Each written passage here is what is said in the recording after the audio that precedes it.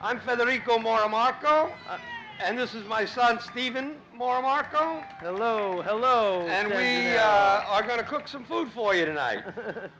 We are the authors of these books, Italian Pride, and also Deliciously Italian, the new cookbook that just came out like day before yesterday. It's right off the press. Brand spanking new. The first thing we're going to make is something that is basically a peasant dish, but has become kind of high-end now. You know, all these old Italian dishes which our families used to make and used to kind of just, you know, make them to fill up because they were inexpensive and have suddenly become sort of haute cuisine. They make them at the Culinary Institute of America. And the first dish we're going to make is panzanella. It's a kind of bread and potato bread and tomato mixture. And I'm going to make basil. that. Oh, but before we do that, What's Steve, that? I want to say a word What's about one of the things that we talk about in our book, Italian Pride, is the idea of convivio. How many of you know what convivio is? Anybody know what that is? It's a word that's hard to translate into English, but it means to make people feel at home when you're serving them food. And my father used to have when we used to have people over the house, family and friends for dinner, he would take a glass of red wine like this, and he'd spill a few drops on the tablecloth, and he'd say, relax, now you don't have to worry about the tablecloth being stained. And that gesture to me is like the essence of convivio. It makes you feel at home. So we'd like you all to feel at home tonight while we make these two dishes, all right? Sounds great. Okay, so the first thing we're going to make is panzanella, and this, as I said, is a kind of a peasant dish. Steve, you want to say something about it?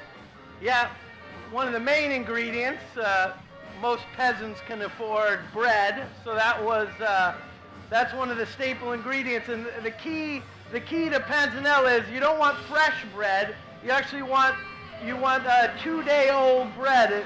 That's a little stale. So because that way it won't end up mushy. All right, let me make some slices out of it.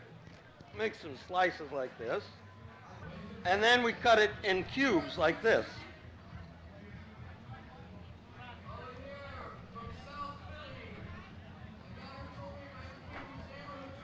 It's a little tough. It's a little tough because it's a little stale, but it should be stale. Now, one of the things we do to make this dish a little more upscale is use top-level ingredients when you're making it. So instead of using regular tomatoes, see, we use heirloom tomatoes. You know, these heirloom tomatoes are these weird, strange-looking tomatoes, but they have an awful lot of flavor. They're very tasty. And instead of using regular vinegar, we use, of course, balsamic vinegar. And instead of using regular olive oil, we use this unfiltered olive oil. You all know about extra virgin olive oil, everybody knows, but there's beyond extra, you know what extra virgin olive oil is? It's olive oil that hasn't even thought about sex. But the unfiltered olive oil is really tasty. I like it very much, and I use that along with the best ingredients and mix them all together. So first we got to toast the bread, right? Yeah.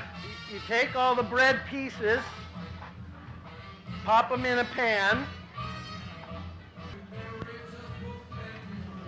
and while that's cooking, we're going to slice these garlic cloves. You all know the trick of slicing garlic cloves. You know, you just take a knife like this and press like that, and it takes the skin right off. You don't have to bother peeling it so much. You know, it's very easy to do. And we slice up these garlic cloves. Get those all ready. We got the tomatoes. Now these are heirloom tomatoes, you see, are very unusual. They're all like different colors, different shapes. But we make a kind of dice of it.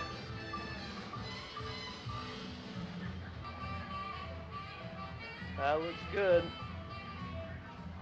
You just dice it up.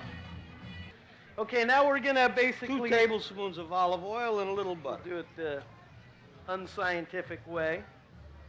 There we go. That's about 2 That's tablespoons. more than 2, but that's Okay, that's good. Take the garlic. Add the garlic here.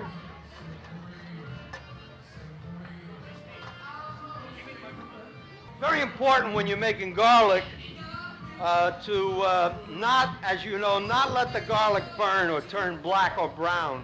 What is this? What is this? It's heating. It's on. Oh, it's on, but I want to turn it down. Oh, there it is. Okay. Okay, so now, if you can see, they're slightly brown, firm, nice little chunks, ready to be immersed in the olive oil, garlic, and butter to get them flavored up. So that's what I'm going to do here, a little at a time. Wait a second. Wait a minute. Let me put the tomato. No. No. Oh, these go in here. All right, I got it. No. Trust me on this one, Pop. I know what I'm doing. Okay, so now we're gonna put in all the bread pieces. Oh, that's too much there, Steve. It's all right. That's okay. Whoops. Okay, so basically we're getting the bread mixed with the garlic and olive oil, so it gets saturated a little bit, and then we're going to take that and mix it in with the tomatoes and stir it all together. You need to chop the basil, Pop. Don't forget the basil. The basil. Oh, tomato without basil is sort of like what is it? Ham without eggs, or eggs without ham. No, tomato and basil is a marriage made in heaven, and of course it is a famous Italian herb, a sacred herb, and well, I like to, when I may use basil, I like to cook it and cut it in thin strips because I think it tastes a lot. I don't know. You just get more of a flavor. I do when you cut it in these little thin, narrow strips. So you take a few handfuls of basil here and mix it in with the tomatoes. You got that getting nice and yeah, that's pretty good. I think we're pretty good. I think we're going to use the big bowl here. I'm going to shift this to the big bowl so we'll have more room. All right. That's it. And then mix that in there. You got it. Okay. Put this in. Mix it in there, and then we just stir everything together. Now we got to add the balsamic. We add some balsamic and stir it and first. Some more olive oil. Yeah.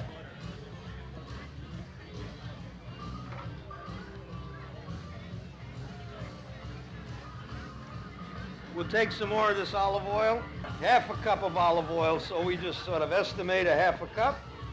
That's plenty. And then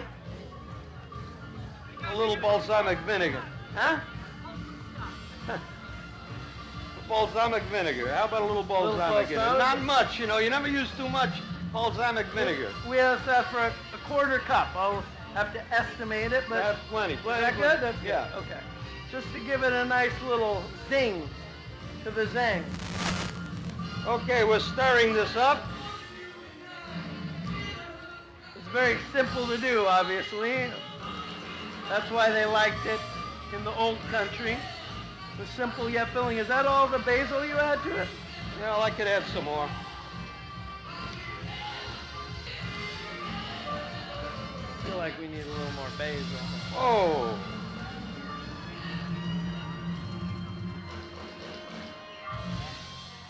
Ah.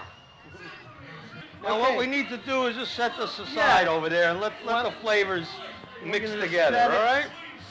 We'll give everybody a taste a little bit mix together while we let all the flavors gotta blend. They mix, yeah.